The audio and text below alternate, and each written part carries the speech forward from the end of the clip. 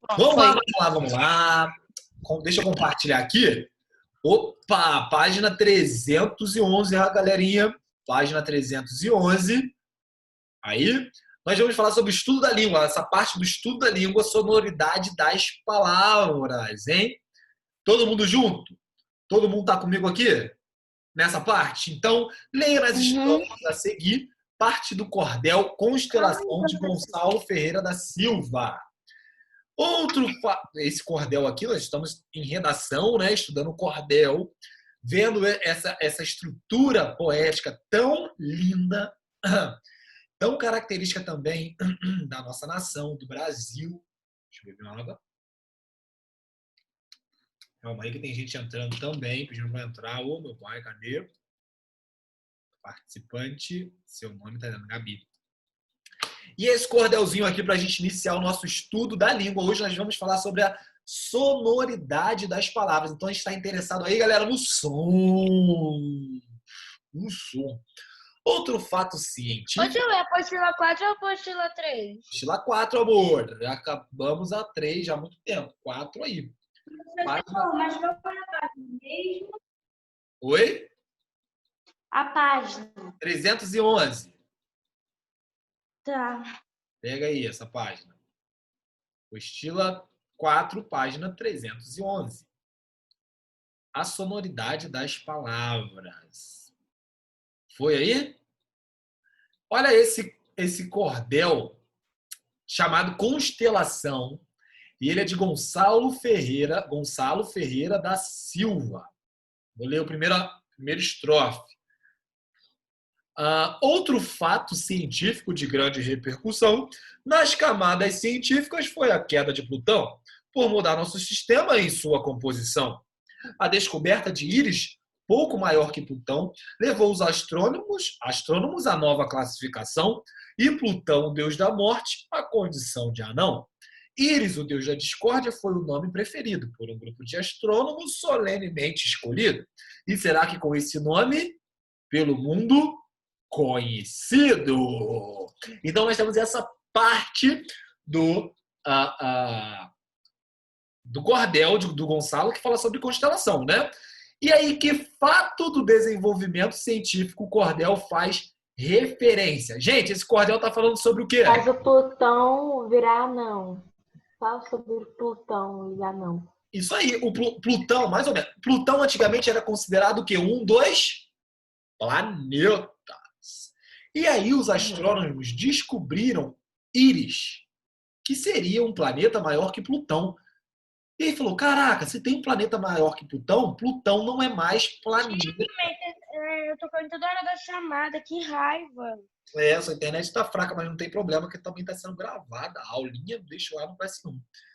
Então, que fato do desenvolvimento científico o cordel faz referência? Vocês sabiam, gente, não sei se é da época de vocês, que antigamente, quando a gente estudava ciências, Marte, Júpiter, Vênus, Mercúrio, Terra, a gente também estudava Plutão como sendo um dos planetas, né?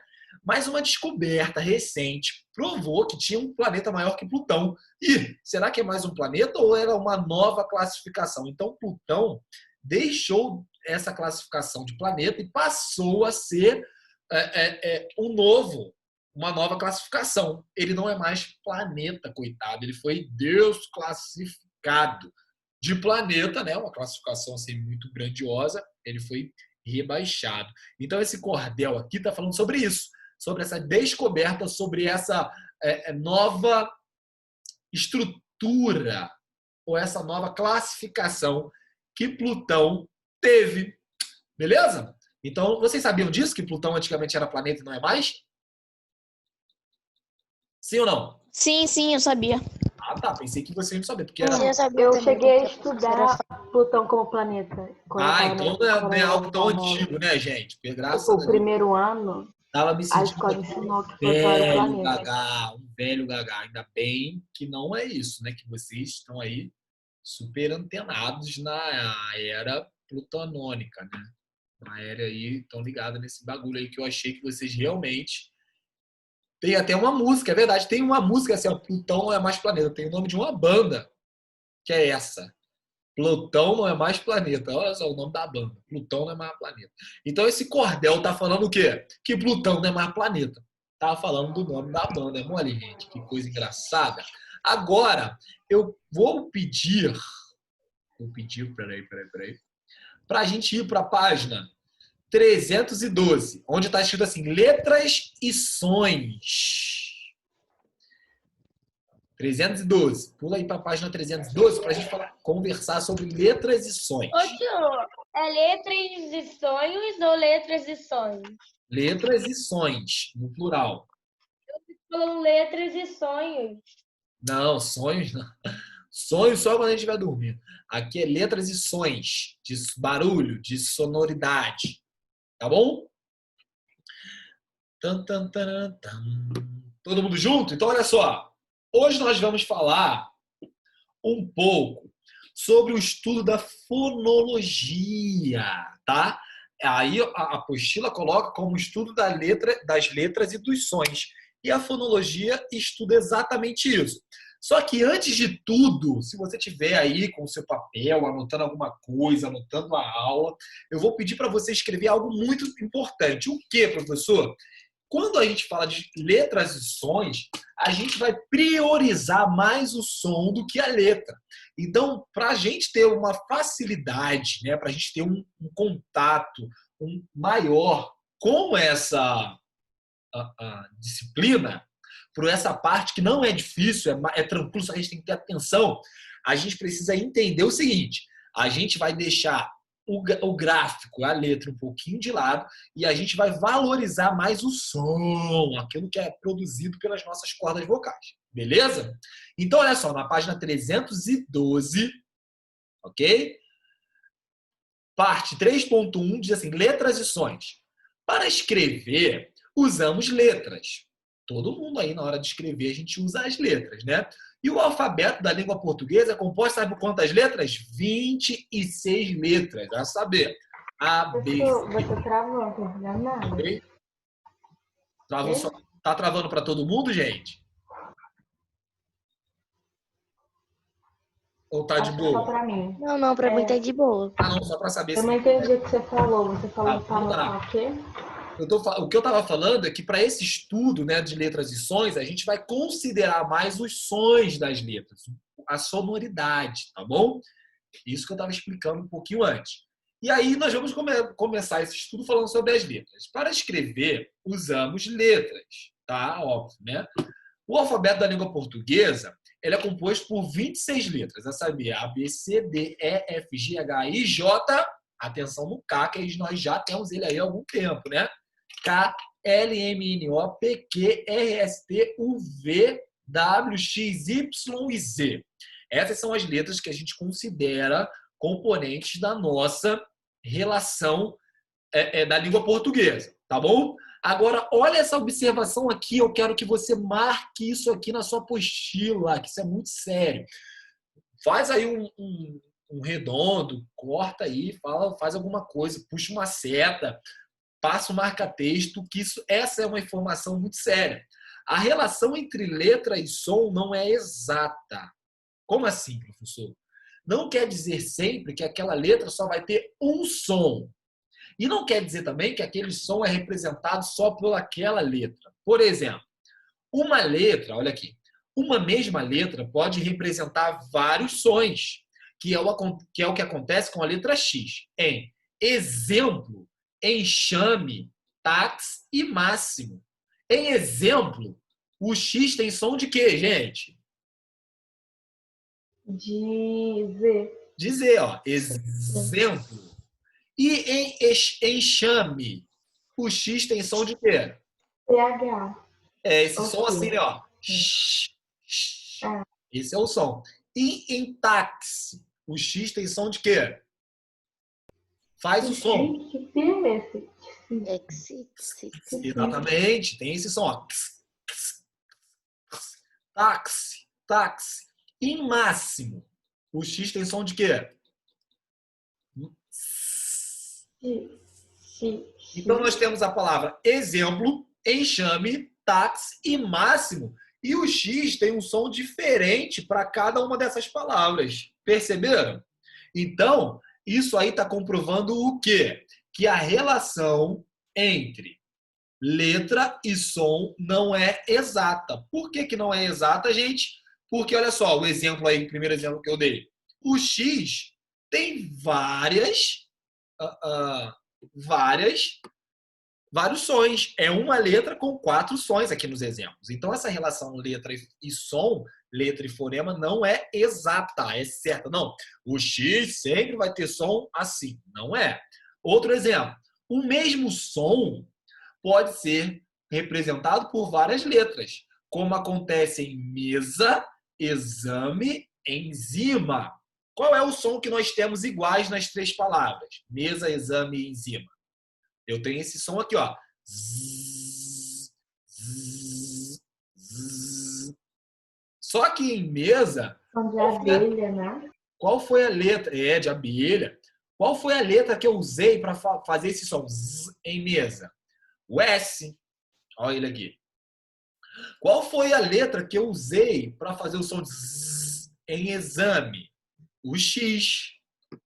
Beleza? E qual foi a letra que eu usei em enzima? Eu usei o próprio Z. Zzz, enzima. Então, olha aqui que a apostila conclui. Ainda que tenhamos 26 letras, podemos ter bem mais do que 26 sons representados. Ok? Então, nós temos 26 letras. Mas aqui em cima, que eu mandei você circular, nós vimos que letra e som, a relação deles, não é uma relação... Peraí. Essa letra, esse relacionamento letra e esse relacionamento fonema, som, não é sempre igual. Ele vai encarar, ele vai ter diferenças. Então, a gente tem mais sons do que letras. Então, se a gente tem 26 letras, significa que, no mínimo, a gente tem 26 sons. A gente tem mais sons do que 26, tá bom? Assim, a letra e som não são necessariamente equivalentes. A palavra queda, por exemplo, possui 5 letras, mas tem apenas 4 sons. Vamos olhar aqui a palavra queda? Quais são as letras?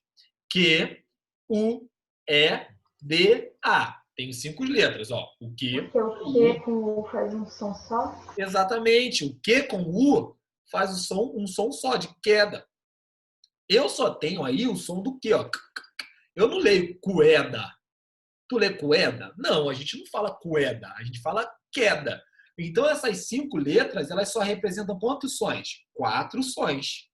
Porque o Q e o U têm apenas um fonema, tá bom? Os sons também podem ser chamados de fonemas, são divididos em vocálicos e consonantais. Então, a partir de hoje, toda vez que eu falar sobre fonema, você já vai entender que fonema é a mesma coisa que sons. Beleza? Então, o que é fonema? Fonema é a mesma coisa que sons. E aí eu tenho fonemas vocálicos e fonemas consonantais. O que são fonemas vocálicos? São as vogais. As vogais representam sons que se formam quando a corrente de ar sai dos pulmões no ato da fala e não sofre nenhuma interrupção.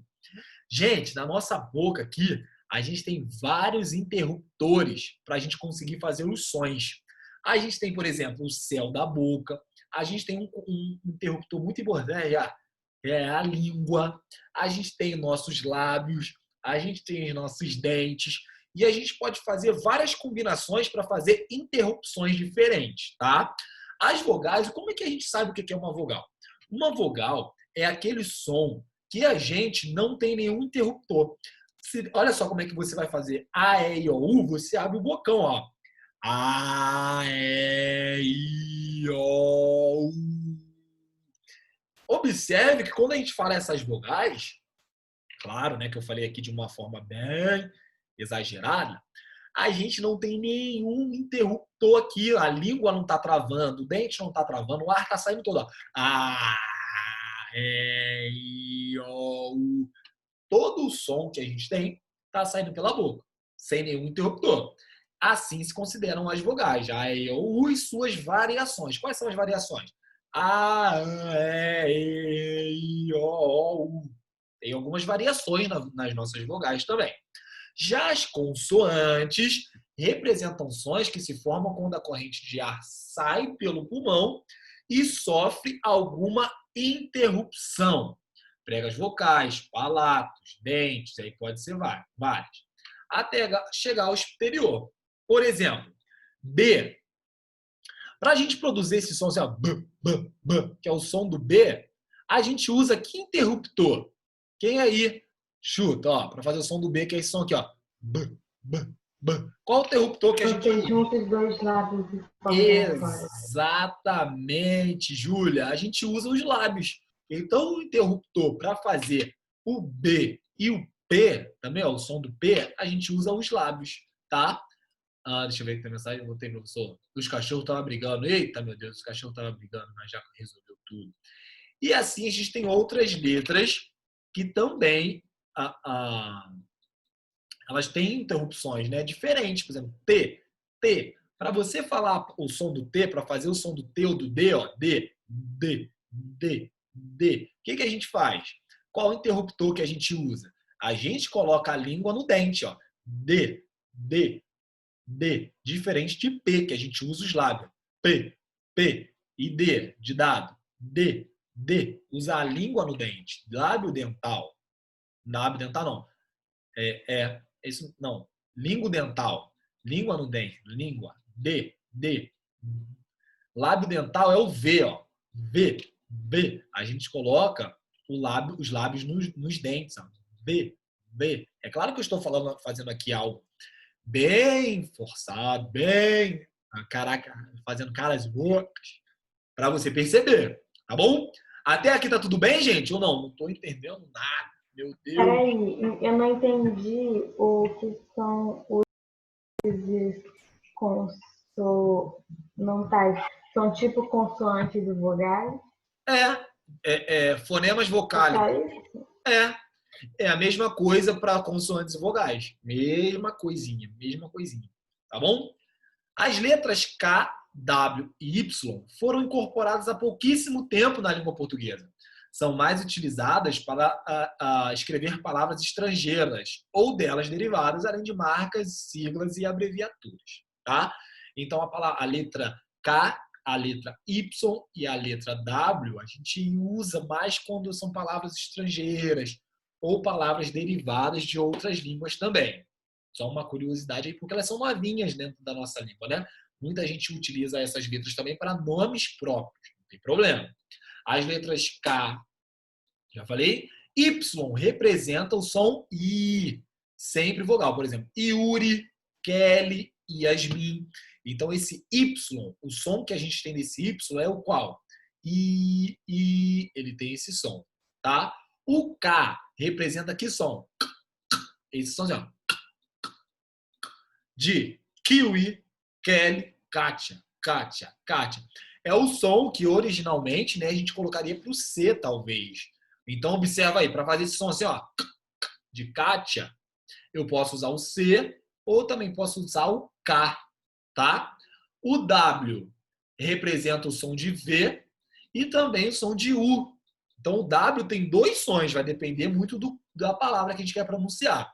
Então, pode ter um som Wagner, ó, Wagner, eu estou utilizando o W, mas esse W tem som de quê, gente? Tem som de V, ó, Wagner. E embaixo, o W tem som de U, William, né? Eu não falo William, e nem em cima eu não falo Wagner. O W tem dois sons, dois fonemas. Um é um fonema vocálico e o outro é um fonema consonantal. Ou seja, ele tem som de vogal e ele tem som de consoante. Consoante. Olha só que coisa, né, gente? Então a gente precisa estudar aí essa área da gramática. Essa área da gramática, o nome é aqui, está escrito aqui. Fonologia, a ciência que estuda os sons da língua. Então o que a gente precisa entender é que dentro da fonologia, essa área que nós vamos estudar a partir de hoje, a gente não vai considerar o que está escrito, a letra. Não é grafologia. é fonologia. Ou seja, a gente vai estudar os sons das palavras. A gente está mais interessado no som, naquilo que a gente produz, do que naquilo que a gente escreve. Beleza? Tudo bem até aqui? Sim ou não? Certo, certo. Certo, certo, certo. Então, relembrando, a gente vai estudar conceitos como letras e sons, ortografia, sílabas, acentuação e pronúncia. Então, acima de tudo, a gente precisa focar o quê? Uma coisa é som, outra coisa é escrita. Então, vimos que essa relação de letra e fonema, letra e som, ela não é exatamente igual, ok? Essa relação letra-fonema, letra-som, essa não é uma relação intrínseca, não é uma relação justa. Às vezes uma letra tem mais de um som e um som pode ser representado por várias letras. Então elas não têm essa relação direta. Sempre o S vai ter som de S. Não é uma verdade. Ele pode ter outros sons. Vai depender da pronúncia da palavra. Tá bom? Como se pronuncia o acento grave? Não tem. Vai depender de que letra ele tiver de que letra ele tiver acompanhado, tá? Um A, por exemplo. O A no acento grave? É. Não sei. Depende da palavra. Você consegue me dar um exemplo de uma palavra? Deixa eu ver. Esse acento Eu grave, fui- não entendi. Sei lá, não sei. Porque, olha só, o acento grave e o acento agudo, qual é a diferença dele? Ele vai trazer a tonicidade para aquilo ali. A gente vai ver isso aí quando estiver falando de acentuação. Hoje mesmo. Aí pode ser que essa dúvida você esclareça. Espera só um pouquinho que a gente vai chegar lá. Júlia, você fez uma pergunta. Repita aí, repete aí que eu não entendi. Que você não entendeu o quê? Eu nunca entendi de acento grave, tipo, qual é a utilidade dele? A gente vai ver. A gente vai Eu ver. nunca vi uma frase dele, ou nunca notei. Ele raramente aparece. A gente vai ver hoje, né? Entre o acento agudo e o acento grave, ou acento. Vocês estão falando do acento grave ou do acento circunflexo? Do grave, circunflexo é fácil. A gente vai estudar, é porque a gente precisa entender uma outra coisa chamada regência crase, né? Então, quando vocês estiverem lá, isso aí realmente a gente precisa entender por que ele existe, mas o acento grave, né? Ele não existe por uma questão de fonema. Ele existe por uma outra questão que a gente vai estudar um pouco mais lá para frente, tá? Então, o acento grave, vamos deixar ele guardadinho um pouco, porque ele não tem a ver com a fonologia, não tem a ver com a pronúncia das palavras, não. Ele tem a ver com um outro caso que a gente chama de regência. Regência. Ele é útil, professor? Muito útil. Nossa, é tão útil que eu quase não vejo. Porque as pessoas não sabem utilizar também. E os casos deles são casos menores, né? Mas precisa, muda totalmente o sentido da coisa. É tipo vírgula? Oi? É tipo vírgula? Tipo vírgula. E aí a pessoa precisa saber utilizar de uma maneira correta para não ter problemas na hora da utilização. Quando vocês estudarem, eu sei que hoje parece, cara, não sei por que existe esse troço. Mas quando a gente chegar lá, vocês vão ver, caraca, muito importante. Nossa, nem imaginava quanto. Beleza? É tipo bater em mulheres, vírgula, não é crime. Se Isso. você tirar a vírgula dali, Muda todo o sentido. bater em animais, não é crime. Não é crime. Aí bota um vírgula ali, entendeu? Nossa. Exatamente, entendi o que você falou. Se a gente coloca vírgula, a gente muda todo o sentido. O acento grave também a gente muda todo o sentido. Galerinha, a gente está a menos de um minuto. O que eu vou fazer? Como sempre, né? Eu vou colocar um novo link lá no Classroom. Aí vocês pegam, tá bom? Para a gente continuar a matéria e a gente encerra o conteúdo de hoje. Tá acabando, eu vou colocar o link lá no Classroom, tá bom? Espero vocês lá. Peguem lá.